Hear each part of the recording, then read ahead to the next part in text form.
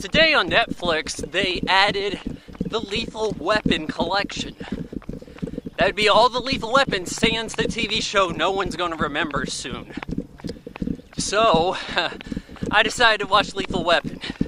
I hadn't watched this all the way through in quite some time. I know that, I'd seen it around on TV and such growing up, and enjoyed it, but didn't realize how much it was censored, language, content-wise, compared to, the actual theatrical version. And this Netflix, being the theatrical version, reminds you of that. So, this is from Richard Donner, 1987, Lethal Weapon. It's Los Angeles, straight-laced cop, Sergeant Murtaugh, played by Danny Glover, and probably his signature role. He's just turned 50 years old, and he's got a wife, 3 kids. Things are not going so bad for him. He's a cop. He gets paired up with this psychotic Mel Gibson, Martin Riggs. And this might be one of the few movies where I actually refer to the characters instead of the actors in the movie, because you feel like these are characters. And I think this is where this works best. This is the prototypical buddy cop action film. This is also the standard bearer for that's not the way police really do stuff in the movies. So, there's quite a bit of carnage. They're investigating this suicide. This hooker jumped out of a window, and they're realizing that, she had drugs in her system, would have been dead in 15 minutes, had some poison drugs. And what happened here? Well, her dad is in the heroin trade, and this gets revealed to Murtaugh. Dad gets killed too. So she was poisoned to get back at the dad. Important thing to keep in mind here, going after the daughters. So because that ends up repeating itself. So Riggs is suicidal because his wife recently died, though it says 3 years ago. When your wife dies, I don't know at what point you say recent. To you it's always, right? To people around you, I don't know if they're going to keep saying recent. But point being here, he was a sniper in Vietnam. He recognizes that the guys working behind this stuff were special forces from back in the day there. I think he's crossed paths with them loosely and didn't like them or something like that. So these guys have this heroin trade going down, and as they're investigating this, Riggs gets shot but has bulletproof vest on, is able to fake his death. That doesn't really give them an edge. It's not like he's the only cop on the force. Oh, hey, we got an advantage. They think I'm dead. Okay. I don't really see your logic here. This isn't high noon. So, it's Los Angeles. Murtaugh's daughter gets kidnapped. I kind of feel like this could have been done better. There's a few points in this movie where it seemed like a scene, maybe a shot or two were missing. Murtaugh's daughter getting kidnapped.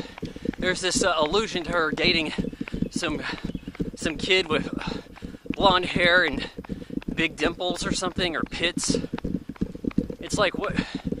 Are we describing Gary Busey here? That's Gary Busey. Or not. I mean, they mentioned on the cop radio that there was a body found, matches the description, 2 blocks from your apartment, or your house, Murtaugh. Oh no, I think they got my daughter. Could we maybe have seen that? Or maybe saw Gary Busey luring over them, running into them? Give us some foreshadowing. How come when they're doing their little beatbox stuff at the dinner table, as Riggs is slowly brought into the family after their first hectic day on the force, how come it cuts away from Danny Glover completely during his bit? We never even see him attempt the beatboxing, and it doesn't even sound like him. What's with that? Yeah, so Martin Riggs, they keep calling him crazy. Define crazy. Suicidal, does that make you crazy? I don't know. this is a blanket term in 1987, I guess. So they try to get the drops on these guys at this exchange, get Murtaugh's daughter back out in the desert. And Riggs has got the sniper rifle set up. Murtaugh has a grenade, and he's like, hey, I'm gonna pull this grenade, or the pin's pulled, it's gonna explode. My daughter, she dies with me, my way, not yours. A lot of good lines in this movie. Some of them take a little bit of, why do you say that? This is one of those movies that overvalues the grenade. Grenades can't explode fiery like these, take things out. Definitely wouldn't take out all these guys. It wouldn't be much of a threat to them. They shoot them right there, and then they drop on the ground. They're good. So, of course, this doesn't go right. Mel Gibson gets some shots with the sniper rifle. It's upper-handed by the general running the operation. Ex-general, I suppose. And they get taken back to Los Angeles. Gets tortured up a little bit by the Asian guy you've seen in, you'd see the next year in Die Hard. They do some electric shock therapy kind of stuff on Riggs. He gets out of it, and Murtaugh's getting beat up. They're going to do some nasty stuff to his daughter. Riggs comes in. Everybody runs away. They're firing shots at a nightclub. Nobody notices until it's too late. And then we've got some chasing down the street. Foot chase against cars. How they're able to catch up with anybody, maybe you could say LA traffic. I haven't been to LA. I don't know too much about the traffic situation or how it was in '87. But, okay, whatever.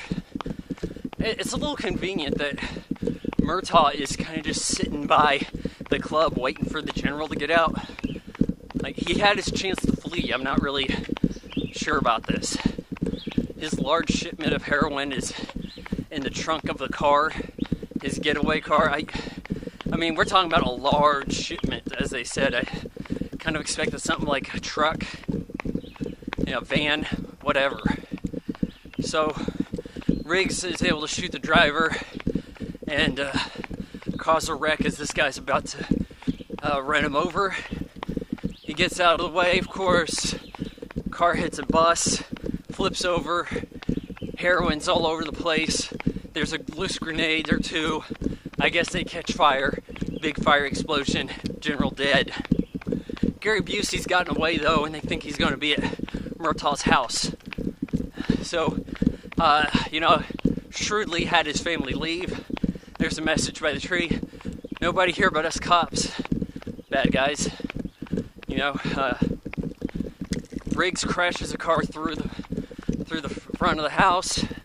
I'll go this way.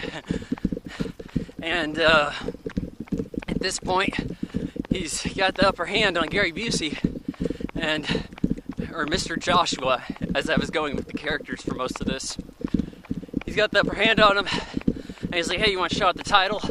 And they duke it out, because there was one line of dialogue saying that Riggs was into self-defense. So they fight for a bit, cops show up, Murtaugh's like, hey, I got it under control, and you even hear on the radio, until supervisor arrives, Murtaugh's in charge. So Murtaugh's letting them fight it out. There's a fire hydrants shooting water up in the air. Nice little fight bit. A lot of quick up-close editing kind of shots here to, mask any lack of fighting skills or stunt double, all that kind of stuff, right? And, it's okay. They have the little Fight Club moment. And then Riggs beats him as he's getting pulled away, grabs a gun in, not the smoothest of slow motion, grabs a gun from the cops, is ready to fire. Riggs and Murtaugh simultaneously shoot him. This is a pretty good movie, an action classic. I don't think it's necessarily the best in the franchise. A good starting point. I don't believe this was supposed to start a franchise, though. But, you have the two cops come together by the end. You know, they agree on little stuff like Murtaugh's wife can't cook. You know, it works out. Like, they're building their relationship here. You got all that within one movie. It's not like slowly over the course of 4 do they finally like each other. That's the way they would plan stuff today, because they don't even think about making movies without the idea of franchise. It's ridiculous. I think that there's some cool helicopter shots in this. It looks all right. You know, it's not the best looking movie of its day. I mean, it doesn't look quite as good as Top Gun, but it's still pretty impressive. You know, I think that Mel Gibson really comes through here, as does Danny Glover. Danny Glover, you get the sense of, I'm too tired. What is he like? It's like, I'm too old for this shit. I think he says that once or twice in this movie. That becomes his line. Mel Gibson, I like him as like, oh, you want to try it? And he like puts a gun in his mouth, all this stuff, ready to pull the trigger. Even when he's fighting Mr. Joshua, he's like, no, back off. And he's telling the cops to get away. He's going to finish his fight himself. And so they have something real personal going on, like, and, you know, not necessarily, but hey, Lethal Weapon, I give it 3 out of 4 stars.